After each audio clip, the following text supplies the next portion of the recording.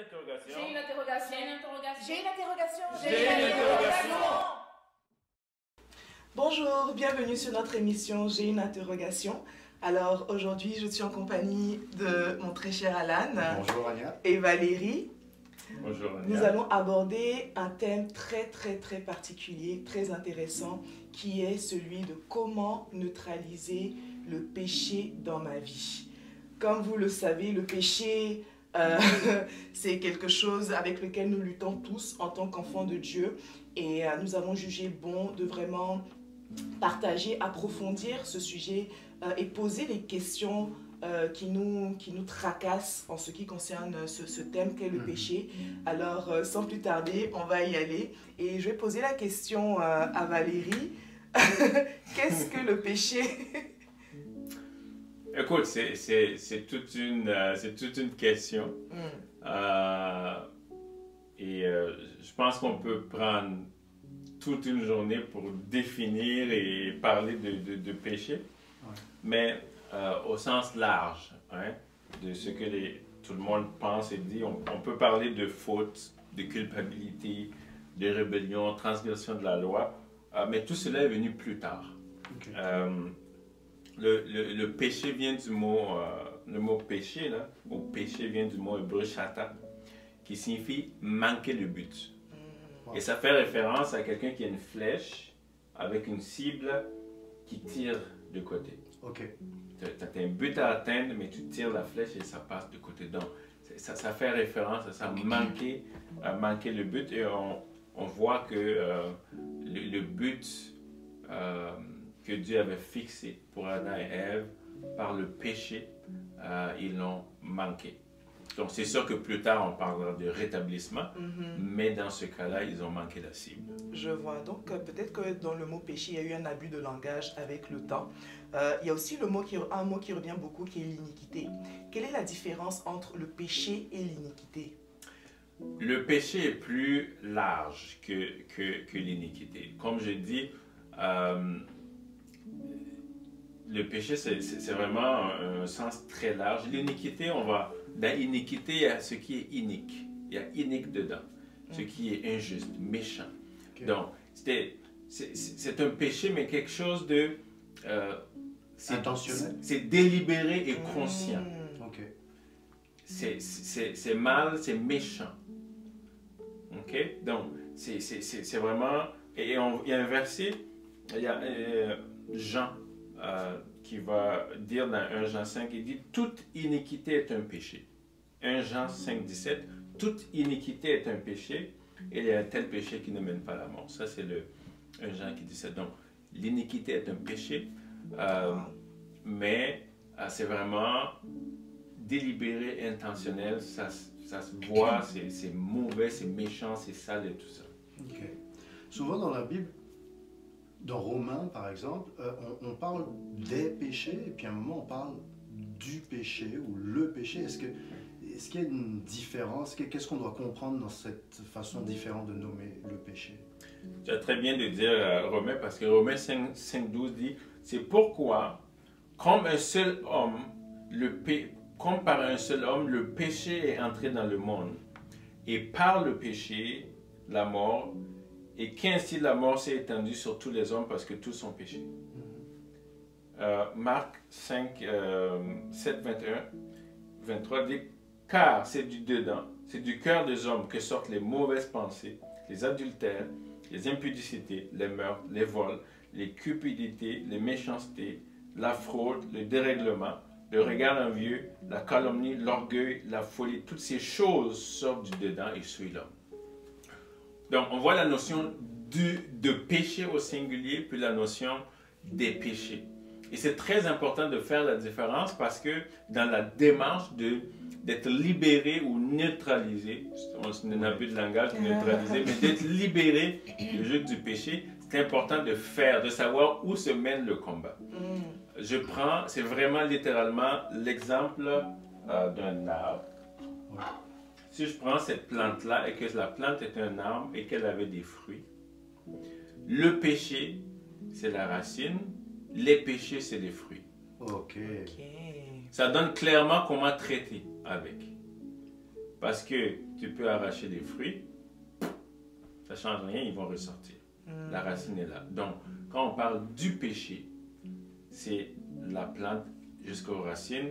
Puis quand on parle des péchés, vous voyez dans Marc, on les cite. On dit les péchés qui sont les mauvaises pensées, les adultères, les impudicités, les meurtres, les vols, les cupidités, les méchancetés, la fraude, le dérèglement, le regard envieux, la calomnie, l'orgueil, la folie, et la liste est très très longue. Et Galate va parler des œuvres de la chair. Les œuvres de la chair ou les péchés, généralement, du corps sont manifestes. On peut les voir. Ok. Mais le péché est plus large que ça. Donc on peut dire que les péchés sont comme les symptômes du péché. Qui Exact. est la source. Exact. Ou les fruits de Ou les l'âme. fruits de Exact. Intéressant, c'est une bonne conception. Au final, ce que je comprends, c'est que le péché, ce sont des actions qui sont de nature négative. Quelles sont les conséquences finalement du péché dans notre vie personnelle et spirituelle? Voilà, c'est-à-dire Dieu appelle ces choses-là péché, il y a une raison, et quelles sont pour nous les conséquences? J'ai entendu le mot négatif. On peut faire quelque chose de positif qui est un péché. Si on va sur la base que le péché, c'est manquer le but. Exact. Donc si Dieu peut nous dire de faire quelque chose, de poser une action, et qu'on ne l'a pas fait, On a péché. c'est considéré comme péché. Ouais, ou même on peut faire quelque chose de positif À nos yeux. à nos yeux qui est Ok. péché. Je ne veux pas forcément tout revenir en arrière, mais dans le jardin d'Éden, on avait deux arbres. L'arbre de la connaissance du bien et du mal et l'arbre de vie. Oui. L'homme a choisi de manger le fruit de l'arbre de la connaissance du bien et du mal, littéralement de devenir indépendant de Dieu. Tout ce qui procède de cet arbre ou de la vie par rapport à cet arbre, ça peut être parce que connaissance de bien et de mal. Ça peut être bien, ça peut être mal, mais ça ne produit pas de vie. Donc ça peut être Wow. péché. Donc si on vit poussé ou sous notre fonctionnement a comme source l'arbre de la connaissance du bien et du mal, tout ce que nous produisons n'a aucune valeur devant Dieu. Même si c'est bien, même si ça fait du bien aux gens, même si ça aide les gens, ça ne sert à rien. Parce qu'il y a un verset qui dit « La chair ne sert de rien, c'est l'esprit qui donne la vie. » Donc tout ce qui procède de la chair, même si elle permet de ressusciter un mort, elle ne sert à rien. Donc je peux donner des millions à des pauvres Littéralement. et je ne produis rien de bon. Et ça n'a aucune valeur devant Dieu. Waouh, T'as gardé tes c'est millions. bouleversant. Ah, c'est clair, j'en ai pas. Si t'es sûr mais- que tu n'as pas entendu de mais- Dieu, mieux vaut les garder. Donc c'est pour ça qu'il faut définir la largeur du péché parce que ça biaise un peu beaucoup de gens. Et on va le voir plus tard parce que dans le processus de libération, il y a des gens qui font des choses et qui essaient de détruire des choses. Ils en arrivent, mais c'est comme des branches. Tu coupes ici, puis ça pousse là. Tu coupes ici, ça pousse là, puis les gens ils abandonnent. Ils disent, non, abandonnent. c'est pas possible, je laisse tomber. Là, tu parles des personnes qui veulent se débarrasser du péché, Exact. de leur péché, des Exact. fruits du péché. Ben, pour eux, c'est leur péché, C'est parce leur que c'est ce qui est manifeste. Quand on C'est dit ça. manifeste, c'est ce qui est C'est ce qui visible. est visible. Et je pense qu'on a bien fait par commencer par cette définition du péché parce que, encore une fois, par abus de langage dans le monde chrétien, le jargon, on qualifie tout ce qui est mal de péché. Oh, j'ai péché ceci, j'ai péché, etc. J'ai péché. Mais là, on se rend compte que le péché, à la base, c'est manquer le but. Donc, quel que soit ce que Dieu t'a dit de faire ou de ne pas faire, ce que tu peux qualifier cela comme bon ou mauvais, tant que ce n'est pas aligné avec peut-être une directive que Dieu t'a donnée, c'est péché. Exact. Je vais vous donner un exemple. Dans la parabole des talents, il y en a un qui a reçu 5. Ouais. Le dernier, il a reçu un Un talent. seul talent. La Bible dit qu'il est allé creuser un trou puis enterrer son talent. Quand le maître est venu, pour les deux premiers, il a dit serviteur bon. Le dernier, il a dit serviteur méchant et mauvais. Mhm. Mais pourquoi il n'a rien fait? Ouais. Il a caché. Le truc, il n'a pas volé, il n'a pas donné à quelqu'un. Mais le fait que ce qu'il a fait n'est pas en ligne avec la parole, il a manqué le but. Wow. Et Dieu dit, tu es un serviteur méchant et mauvais. C'est quand même fort comme terme Exact. qu'il a utilisé, méchant et mauvais, alors que Il il a juste enterré. n'a pas fait du mal à personne C'est ça. en faisant ça littéralement. Comparativement aux deux autres qui ont, eux, multiplié les talents que Dieu leur avait donnés. Exact. Waouh. En tout cas, je ne Ouais. sais pas pour toi, mais c'est quand même une révélation assez... Mais il faudra répondre à ta question. Quelles sont les conséquences Ben oui. du péché? Il y a des conséquences au niveau physique, au niveau émotionnel, au niveau spirituel. La première conséquence, on le voit dans la Genèse, quand Adam et Ève ont péché, la première chose qu'il y a eu, il y a eu une séparation avec Dieu. La Bible parle de... ils ont été séparés de Dieu. La Bible parle de mort spirituelle. Il faut réaliser que le mot mort, ce n'est pas un terme péjoratif, c'est un terme qui veut dire séparé d'avec l'environnement. Ok. Quand tu meurs physiquement, tu es séparé de l'environnement physique. Quand tu meurs physiquement, tu es séparé de l'environnement spirituel qui te maintient en vie. Ok. L'homme a été créé, placé pour vivre dans un environnement qui est celui de Dieu. Le poisson a été créé pour vivre dans l'environnement qui est dans l'eau.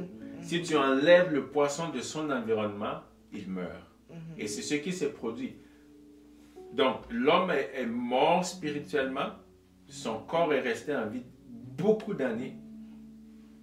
Donc, la conséquence spirituelle est terrible. Et c'est pour ça, la Bible dit que tous ont péché et sont privés de la gloire de Dieu.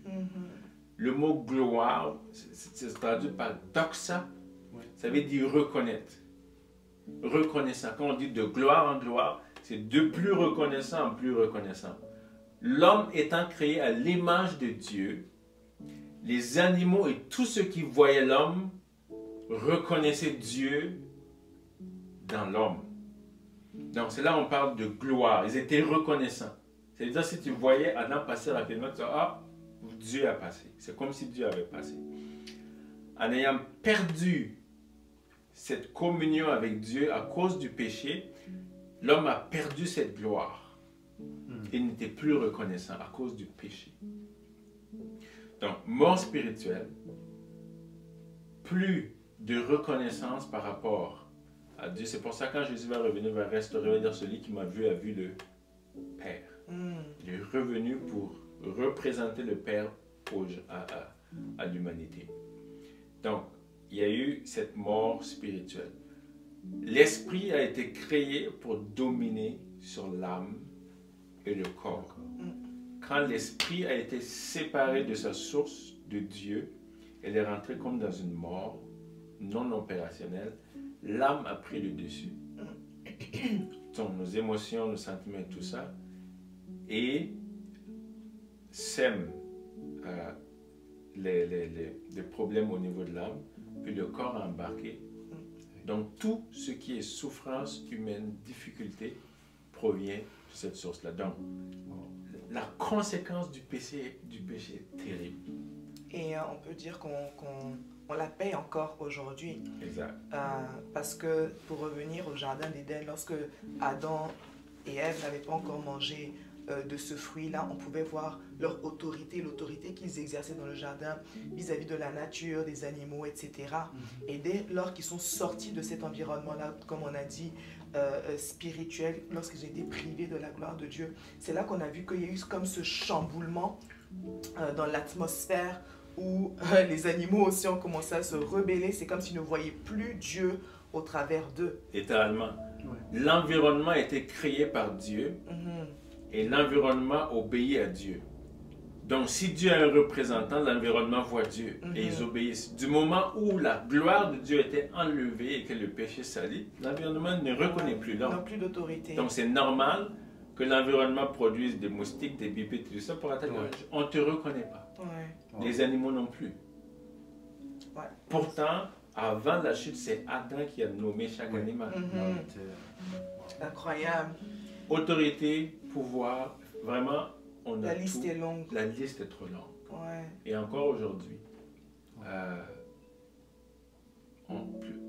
plusieurs pays, on paye tous le prix de ça. Quelle est la différence entre vivre dans le péché et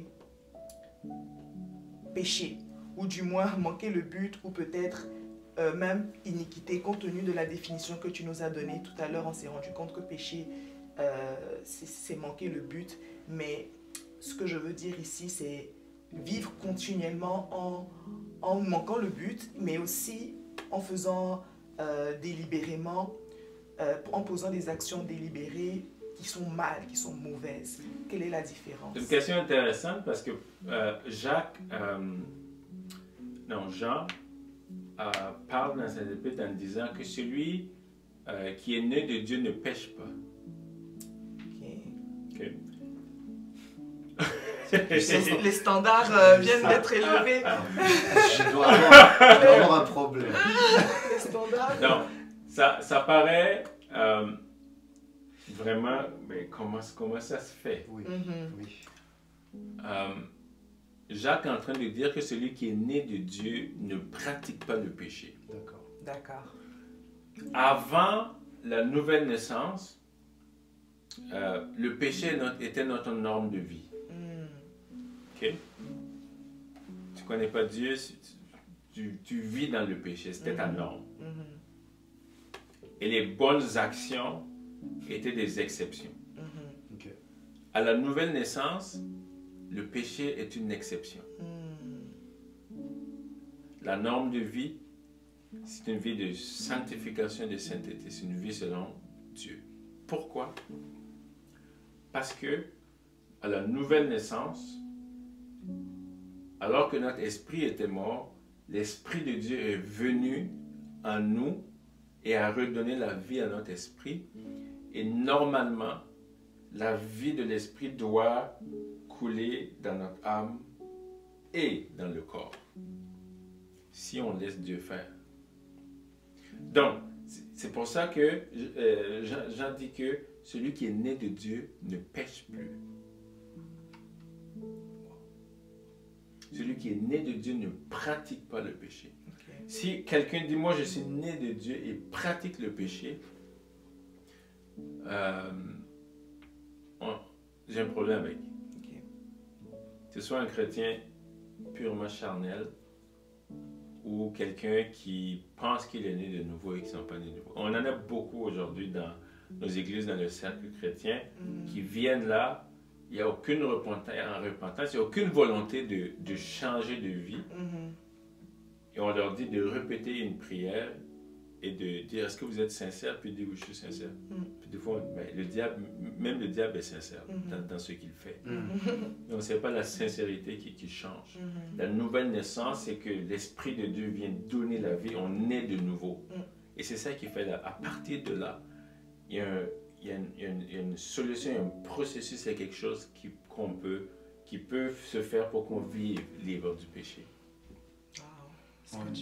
Et je pensais à quelque chose alors qu'on parlait du jardin d'Éden. Vous savez, on a parlé de mort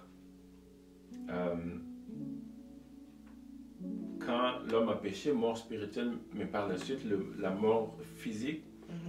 Mais je pense que le fait que les gens puissent mourir ou que Dieu a permis ça n'est pas si négatif que ça. Ok? Avant que l'homme ne pêche, la mort était morte, puis l'homme vivait. Quand l'homme a péché, l'homme est mort, la mort a pris vie.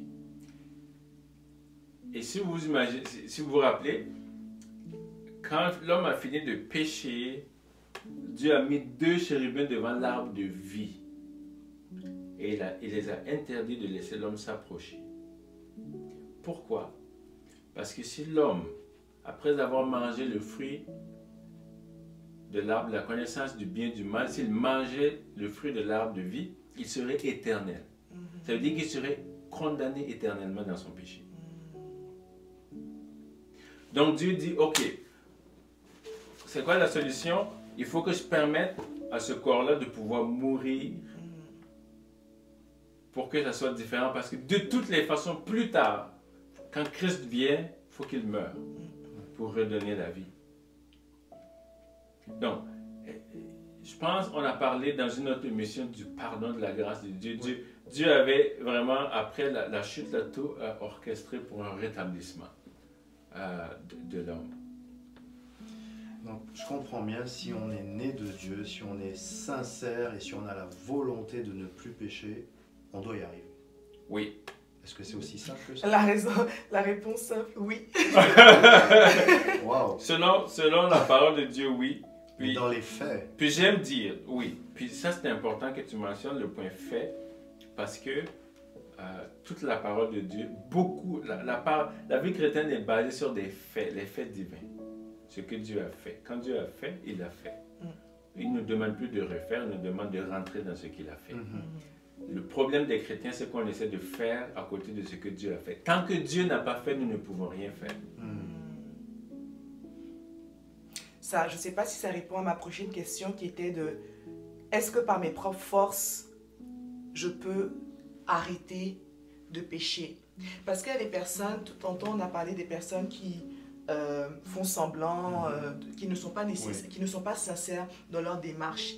Mais et ces personnes-là qui sont sincères dans leur désir, qui ont la volonté d'arrêter de vivre dans le péché, d'arrêter de pécher continuellement, mais qui n'y arrivent juste pas. Est-ce que par leur propre force, en mettant des stratégies en place pour ne pas tomber, est-ce qu'elles peuvent y arriver d'elles-mêmes?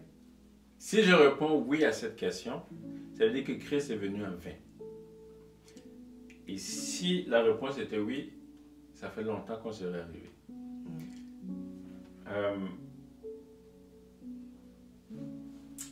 Nous, en ayant l'homme ayant péché, tout ce qui est suivi, tout ce qui est né d'homme, d'homme, littéralement est pécheur ou pêche. C'est pour ça on dit que on n'est pas pécheur parce qu'on pêche, mais on pêche parce qu'on est pécheur. De la racine de la plante, en fait. Exact. C'est en nous. Donc je répète, on n'est pas pécheur parce qu'on pêche, mais on pêche parce qu'on est pécheur. C'est notre nature première. Exact. Depuis la chute. Depuis la chute. Ça veut dire que c'est pas parce que tu as commencé à voler et tout ça que tu es devenu pécheur. Tu étais déjà pécheur au fond de toi. Pécheur. Déjà en germe en toi. On est dans le péché. Wow. Quand tu es sorti du ventre de ta mère, tu étais déjà dans le péché. Et tu commences, à partir de ça, tu commences à faire des actions mauvaises. On n'a pas besoin d'enseigner à l'enfant. Pour appuyer encore plus ta définition, si je dis comme certains hommes de Dieu, j'ai été intègre toute ma vie, je n'ai jamais volé, menti, tout ça, est-ce que ça m'enlève ma nature de pécheur? Pas du tout. Parce que tu nais déjà. En fait, c'est une nature. On va le voir plus tard. Il y a le concept qu'on appelle le vieil homme. J'aime bien cet exemple que tu avais pris la dernière fois où tu disais que si mon arrière-grand-père était mort à 2 ans, est-ce que je serais né? Et c'est non. Exact. Ça veut dire que tu étais en ton grand-père. Exactement. Tu es dans ton grand-père. Donc tu es né déjà avec les gènes, etc. de ton grand-père. Et la même chose pour le péché. Nous sommes nés peut-être d'Adam qui a péché. Et d'où le fait que notre nature elle-même est pécheresse. La vieille nature, la nature adamique. Non renouvelée. Non renouvelée, avant notre conversion, avant d'avoir donné. Je ne l'appelle pas non renouvelée. Ok. Bon, avant que nous soyons Non, la tués, nouvelle nous- naissance. Non, si. Non tué. Oui, oui, on parle de mourir en Christ, on a de baptiser dans la mort C'est de vrai. Christ. Ouais. Le manguier produit des mâles, Mhm. C'est vrai. normalement. Oui, oui. Donc, Mais on peut le voir à des enfants de bas âge qui refusent de partager ou qui se tapent. Et on voit déjà, encore une fois, on peut se dire, mais qui lui a appris? personne. Il est Ouais. juste un bébé, C'est où est-ce juste. qu'il a vu ça? Apprendre à ne pas partager. Ouais. C'est dommage parce que, bon, naturellement, on aurait voulu que l'enfant ait déjà ces principes-là de partager, d'aimer, etc. Mais malheureusement, dès le bas âge, on voit déjà les Une conséquences du inclinaison. péché. Ouais. C'est vrai. Donc, c'est effectivement, c'est parce qu'on est pécheur que nous péchons et non pas le contraire. Lorsque le Seigneur Jésus est venu et qu'il est reparti, il nous a dit qu'il ne nous laissera pas orphelins, qu'il nous donnera le Saint-Esprit qui va être une aide pour nous. La question que j'ai envie de poser, surtout le fait qu'on voit que de notre propre force, nous ne pouvons pas arrêter de pécher. Quel est le rôle que le Saint-Esprit joue dans cette quête-là de cesser de pécher? Oui, vas-y. Oui, oui, c'est une bonne question. Bon, on avait ce débat-là aussi dernièrement avec Valérie, puis on se demandait finalement est-ce que c'est pas la croix de Christ? Parce qu'on dit dans la Bible, on a été baptisé dans la mort et dans la résurrection. Et le rôle de la croix, c'était de tuer le vieil homme, en tout cas spirituellement, pour pouvoir accéder à la nouvelle naissance qui est donc cet esprit qui reprend le dessus sur l'âme et sur le corps. Est-ce que finalement, quel rôle joue le Saint-Esprit? Ou est-ce qu'il joue un rôle finalement? Ou est-ce qu'il n'y a que l'œuvre de Christ qui peut neutraliser la puissance du péché? Très bonne question. On va regarder ce suspense-là pour la deuxième partie de l'émission. Donc, comme vous pouvez le constater, le sujet du péché est vraiment quelque chose d'important, de profond, que nous voulons vraiment développer davantage. Donc, restez avec nous pour la deuxième partie de cette émission, comment neutraliser les péchés dans ma vie. Et à très bientôt. À bientôt. À bientôt.